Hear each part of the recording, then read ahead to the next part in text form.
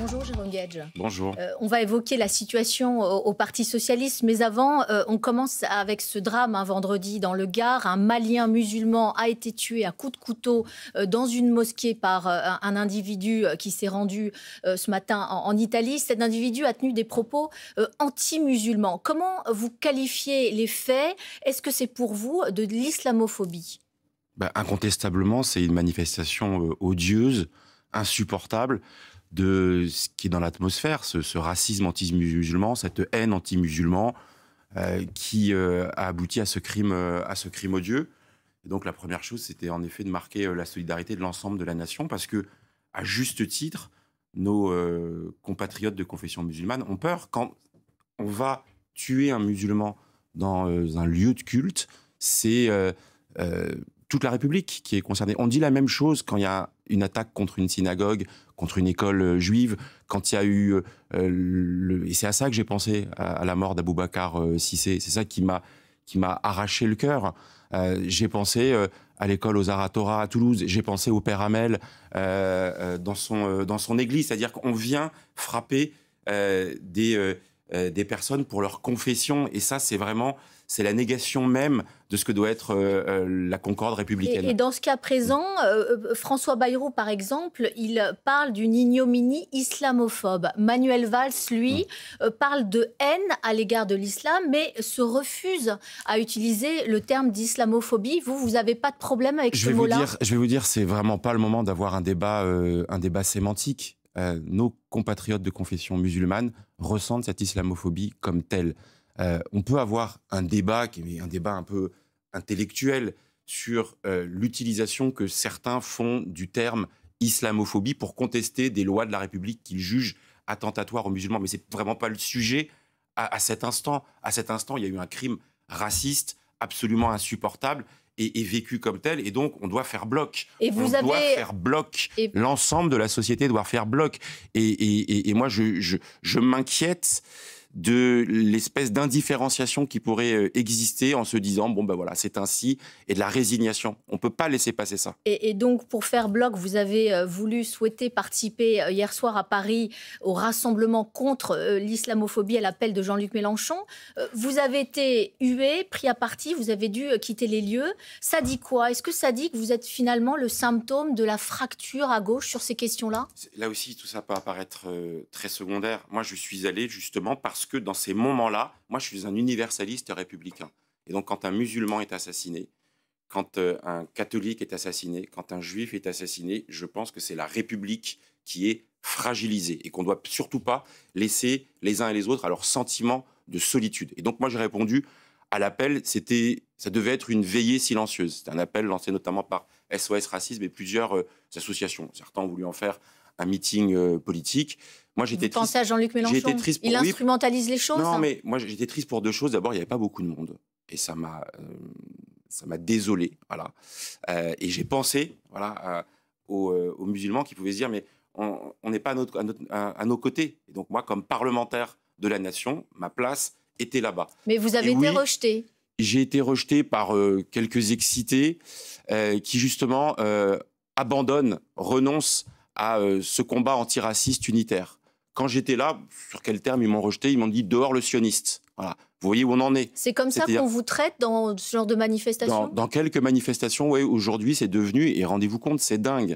Vous venez exprimer la solidarité et sur d'autres sujets dont on peut considérer qu'ils n'ont pas de lien direct, eh bien, on vient vous chercher des poux. Voilà.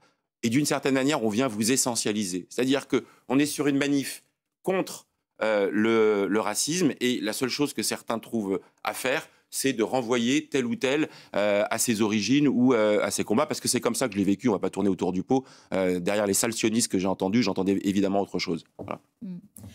Ce week-end, les 3 candidats au congrès du Parti socialiste ont présenté leurs orientations. Il y avait forcément le sortant Olivier Faure, Nicolas Maier-Rossignol, qui est le maire de Rouen, et Boris Vallaud, qui est le député des Landes et qui est aussi le patron des socialistes à l'Assemblée nationale. Vous soutenez Nicolas Maier-Rossignol. Est-ce que c'est parce qu'il veut couper le cordon avec les Insoumis pour la faire court? D'abord, je participe à ce congrès parce que c'est utile qu'il y ait un congrès au Parti socialiste. C'est une formation démocratique. Voilà, nous, on débat. Alors, on nous dit, tiens, c'est bizarre des socialistes, ils se pouillent la tête. Non, on a des choix stratégiques, des choix d'orientation et des choix tactiques aussi qui doivent être construits. Moi, dans le précédent congrès, je soutenais Olivier Faure. On peut considérer qu'il y a un bouger comme Boris Vallaud. Voilà.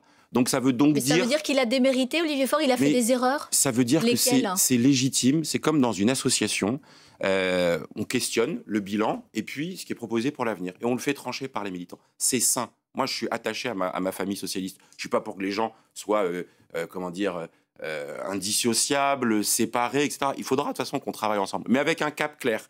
Et donc, c'est ce qu'on a souhaité faire avec Philippe Brun, avec Laurence Rossignol. On est venu avec des propositions, d'ailleurs, en écho avec ce que je disais tout à l'heure, un nouveau socialisme qui soit républicain, universaliste, laïque, qui soit féministe, qui soit populaire. Voilà, on considère que dans le logiciel socialiste, ça doit participer du renouveau. Bon, ben voilà, et puis les militants trancheront. Mais rien de dramatique. Est-ce que dans ce congrès, c'est pas aussi, quelque sorte, un référendum pour ou contre Jean-Luc Mélenchon? Parce que c'est quand même l'éléphant au milieu du salon de porcelaine. Vous avez raison. Mais d'une certaine manière, j'entends dans toutes les positions des uns et des autres aujourd'hui que les choses sont claires.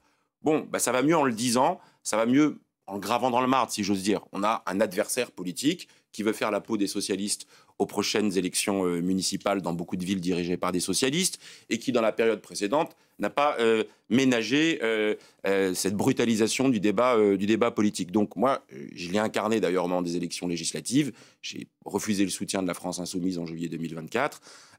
Et voilà, j'ai un peu anticipé ce que le parti aujourd'hui acte comme étant la nécessité de sa réaffirmation de sa propre identité. Parce qu'il ne suffit pas de rompre pour rompre. Il faut aussi avoir une proposition alternative sur la question sociale, sur la question économique, sur la réindustrialisation, sur les questions républicaines, sur les questions régaliennes. Il faut avoir une affirmation socialiste forte. Et là, il y a besoin en effet d'un parti socialiste au travail, force de proposition. C'est le sens du rassemblement qu'on propose autour de Nicolas Meyer-Rossignol, mais avec des gens venus de tous horizons.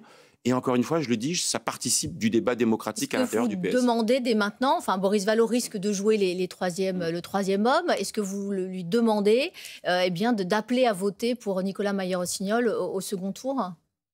Moi, j'appelle à avoir une orientation claire. Voilà. Et pour ça, il y a besoin, c'est encore une fois un parti démocratique, il y aura, ce vote-là, il va déterminer le poids dans le Parlement du parti, dans ce qu'on appelle le Conseil national. C'est mieux s'il y a une majorité qui se dégage, mais une majorité, ça ne veut pas dire le gagnant prend tout et ne discute pas avec ceux qui n'ont pas été majoritaires. Il faudra discuter avec tout le monde. On a besoin d'un parti rassemblé, et donc avec Boris Vallaud et avec tous ceux qui partagent cette orientation. On peut être très à gauche et très républicain. On peut être authentiquement de gauche et authentiquement républicain. C'est ça le chemin qu'on propose.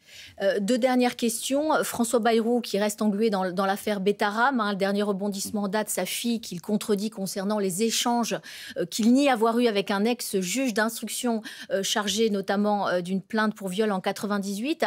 Est-ce que vous estimez qu'au vu de la défense du Premier ministre, il doit démissionner? Certains, du côté des Insoumis, le demandent quasiment tous les jours. Est-ce que c'est aussi votre cas? C'est une situation où on a besoin de clarté. Je crois que le Premier ministre est auditionné dans le 14 mai jours, devant la commission d'enquête parlementaire. Moi, j'attends beaucoup de cette audition plutôt que dans des micros tendus et des réponses en quelques minutes à l'Assemblée nationale. Il y a besoin de comprendre ce qui s'est passé sur ce que ça dit de l'état de notre société, à la fois d'une omerta collective dans un territoire, dans le rapport à une institution religieuse, dans une forme d'acceptation de ce que peut être la violence.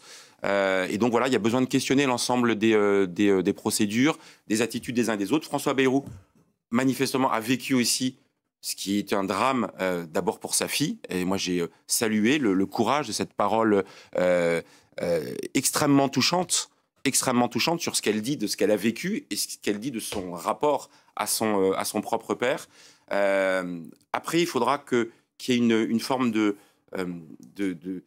d'examen de conscience de l'ensemble de la société sur ce que ça nous dit au regard de ce type d'institution. 15 secondes, alors ça va être un peu oui-non. La proportionnelle, François Bayrou mercredi va rencontrer les chefs de parti, présidents de groupe pour se positionner sur cette question. Est-ce que vous êtes pour une proportionnelle? Moi, je suis pour qu'on ait des propositions concrètes pour permettre une plus juste représentation des sensibilités. Même si dans le débat ça peut politique. Institutionnaliser le chaos, comme le dit Laurent Wauquiez, c'est-à-dire mais ça peut aussi nous permettre de développer ce qui nous manque, c'est-à-dire une culture du compromis, de discussion. Personne ne peut avoir raison tout seul. Il y a une tripartition au moins de la vie politique. Et puis, ça permettra de s'exonérer les uns les autres, parfois de coalitions électorales brinque-ballantes.